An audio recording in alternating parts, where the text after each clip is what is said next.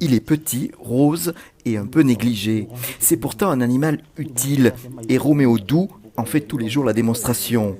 Depuis 2011, il s'est lancé avec succès dans l'élevage des vers de terre, appelés aussi lombrics. Grâce à eux, il produit un engrais biologique pour la cacaoculture, un compost qui recycle les déchets organiques et constitue une alternative aux engrais chimiques. Les terres plus fertiles, c'est les vers qui les rendent fertiles. Donc nous disons, aidons les vers à nous aider. En leur créant un environnement toujours favorable pour qu'ils continuent aussi à nous rendre nos plantations toujours prospères.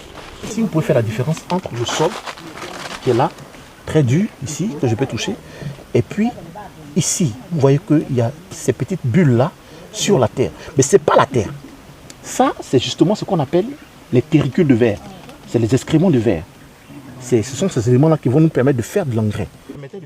Quand il rend visite à ses clients producteurs de cacao, c'est toute une science de l'écologie et de la gestion des sols que ce microbiologiste doit faire passer. Par leur présence, les vers créent des nutriments, mais aussi des microgaleries qui permettent à l'eau de s'infiltrer.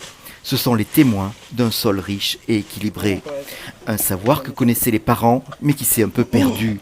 Les cultivateurs d'aujourd'hui constatent le résultat.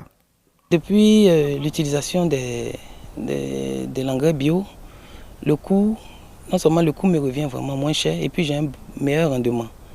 Au départ, avec l'utilisation des engrais chimiques, souvent on nous vend par détail ou bien en gros sur le terrain, mais la bouteille peut nous revenir pratiquement à 11 000 ou bien 12 000, ça dépend de la marque. Le fertilisant produit par les lombrics n'est pas seulement moins cher, il évite les erreurs de dosage de l'engrais chimique qui peut brûler les feuilles et détruire les micro-organismes autour des plantes.